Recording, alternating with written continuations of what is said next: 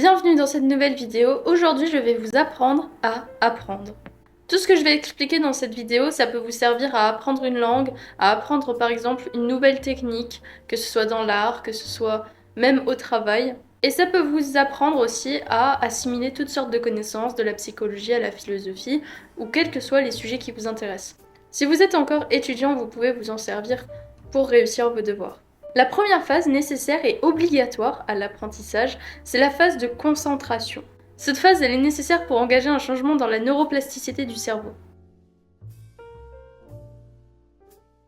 C'est un processus déclenché par la dopamine et la noradrénaline et d'une molécule appelée acétylcholine. Tout ceci va être libéré par différentes sources dans votre cerveau. L'acétylcholine, elle permet d'engager la contraction musculaire. Mais dans le cerveau, elle provient de deux ensembles de neurones, l'un dans le tronc cérébral et l'autre dans le cerveau basal. Et elle va servir lors de votre processus d'apprentissage de surligneur, marquant ainsi certaines connexions neuronales qui auront plus tard la chance de se renforcer. Disons que j'ai décidé d'apprendre le russe. Je vais apprendre des mots, je vais apprendre des verbes, des lettres, et plus je vais me concentrer pour cela, et plus il y aura d'acétylcholine envoyée dans une partie de mon cerveau. Cependant, la reconstruction du cerveau va demander un certain temps. Elle va demander une phase de sommeil profond ou simplement une phase de repos. J'appelle ça la phase d'assimilation. Donc, lorsqu'on va apprendre un sujet, on a besoin de deux phases spécifiques, la phase de concentration et la phase d'assimilation. La neuroplasticité, c'est la capacité du cerveau à changer en fonction des expériences. Et c'est donc un processus qui va prendre un certain temps et demander une phase d'assimilation pour pouvoir se faire. Pour pouvoir apprendre un sujet à n'importe quel âge, vous devez absolument vous concentrer à 100% lorsque vous faites l'action d'apprendre. Essayez d'avoir une concentration quasi totale à chaque fois que vous apprenez un nouveau sujet. Et ensuite, vous devez dormir, si possible, très rapidement, après la session d'apprentissage. C'est pour ça qu'il est absolument idéal de travailler sur un sujet la nuit, ou du moins le soir avant de se coucher. Il y a des études présentées par Cell Report qui expliquent comment les personnes qui font des siestes de 20 minutes vont avoir une capacité d'assimilation bien plus élevée. Et c'est pour ça qu'il est recommandé, si jamais on a le temps dans notre journée, de faire des phases de sommeil ou de faux sommeil, donc c'est-à-dire rester assis sans rien faire et juste prendre le temps d'assimiler les informations, pour pouvoir apprendre plus rapidement et aider notre cerveau à avoir le temps de se reconstruire et d'assimiler les informations qu'on vient d'apprendre plus efficacement. Si vous équilibrez vos phases de concentration et vos phases de récupération, vous allez pouvoir apprendre beaucoup plus vite et d'une manière qui sera beaucoup plus ancrée sur le long terme. Car les informations que vous aurez accumulées tout au long de la journée, elles vont pouvoir se consolider pendant votre sommeil. Si vous avez du mal à rester concentré, vous pouvez régulièrement faire des pauses de 10 à 20 secondes à intervalles irréguliers pendant votre apprentissage. Pendant ces pauses, ne scrollez pas et ne faites rien d'autre que de simplement reposer votre cerveau. C'est un peu comme si vous le laissez infuser avec les informations que vous avez reçues. Si vous faites ces pauses de manière aléatoire, le cerveau ne s'y préparera pas et pourra utiliser ce temps pour assimiler les informations que vous venez de lire. Et en plus, ça vous permet de reprendre votre cycle de concentration. Pour assimiler toute information de manière efficace, il faut une phase de concentration et une phase de relaxation. On peut aussi l'appeler une phase d'assimilation. Les gens qui vont consommer beaucoup de café et être très actifs vont par exemple être assez bons en concentration. En revanche, ils négligent régulièrement la phase d'assimilation. Et d'ailleurs, très peu de personnes en parlent, c'est pour ça que j'en parle dans cette vidéo. Je vais vous mettre les sources en description au cas où vous ne faites pas confiance à mes propos. Certes, je ne suis pas docteur. En revanche, j'ai utilisé ces techniques pour assimiler toutes les informations dont je vous fais part lors de mes vidéos, et ça fonctionne terriblement bien. Et je ne vous demande pas de travailler pendant une semaine et de prendre des vacances pendant une semaine ensuite. Vous devez faire ça au jour le jour. Vous devez trouver un équilibre dans vos phases de récupération et vos phases de concentration à échelle journalière.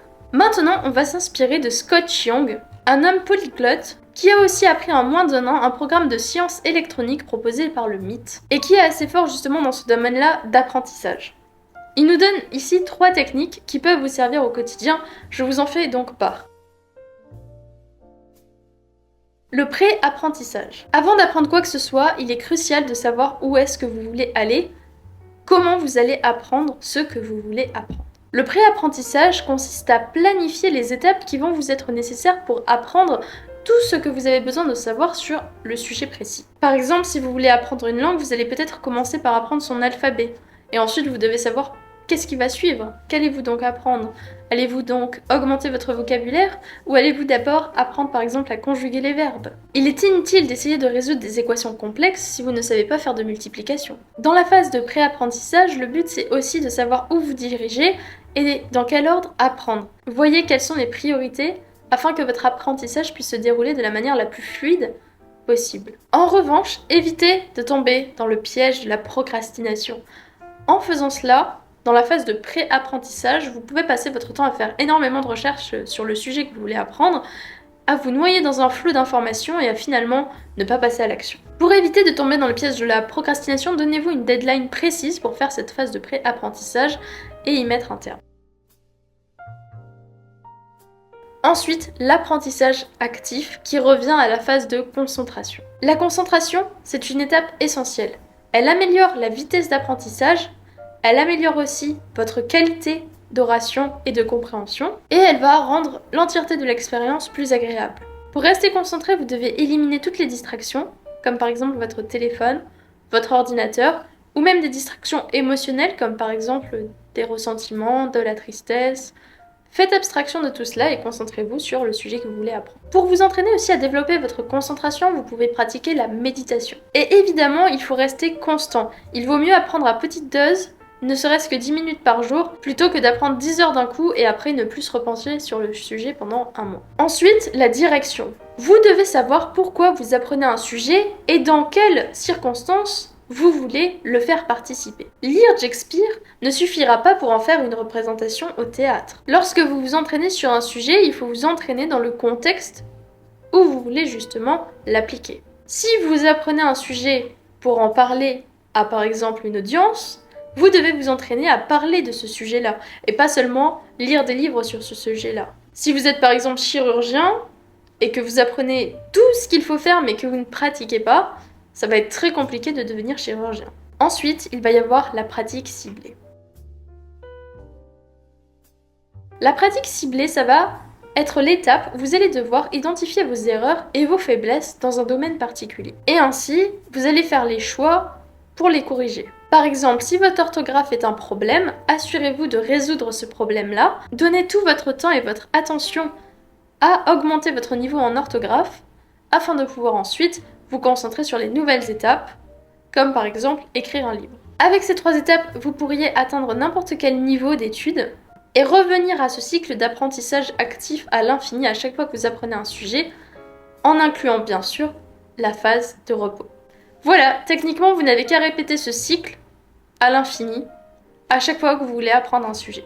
N'oubliez pas, concentration et récupération. J'ai eu la chance de rencontrer certaines personnes que je considère comme des génies. Un mathématicien capable de repérer en un seul coup d'œil si un problème était probable ou non. Ou encore un joueur aux échecs extrêmement doué qui avait à peine le temps de regarder le plateau qu'il savait déjà ce qu'il allait jouer. Ces gens ne sont pas simplement brillants, ils ont développé une intuition exceptionnelle. Bien que souvent perçue comme biaisée, l'intuition est en réalité le fruit de l'accumulation d'expériences compressées en une perception instinctive. L'intuition, c'est un niveau qui est accessible à tout le monde à condition qu'on persévère. Et cela pendant très longtemps. En vous plongeant avec passion dans un sujet et en appliquant les méthodes de Scott Jung ainsi que les phases de repos, vous pouvez développer un niveau aussi impressionnant. C'est à ce stade-là que vous pourrez non seulement maîtriser un domaine, mais aussi innover, créer et repousser les limites de ce domaine-là. Cependant, ça demande un niveau de travail et de persévérance qui est assez affolant. Seulement après, c'est récompensé car il vous suffira de vous fier à cette sorte d'intuition pour savoir ce que vous faites. Comme le disait Michelangelo, si les gens savaient combien de travail il m'a fallu pour maîtriser mon art, ils ne sembleraient pas aussi magnifiques. Voilà, ce sera tout ce que j'ai à dire pour aujourd'hui. J'espère que cette petite vidéo vous aura plu.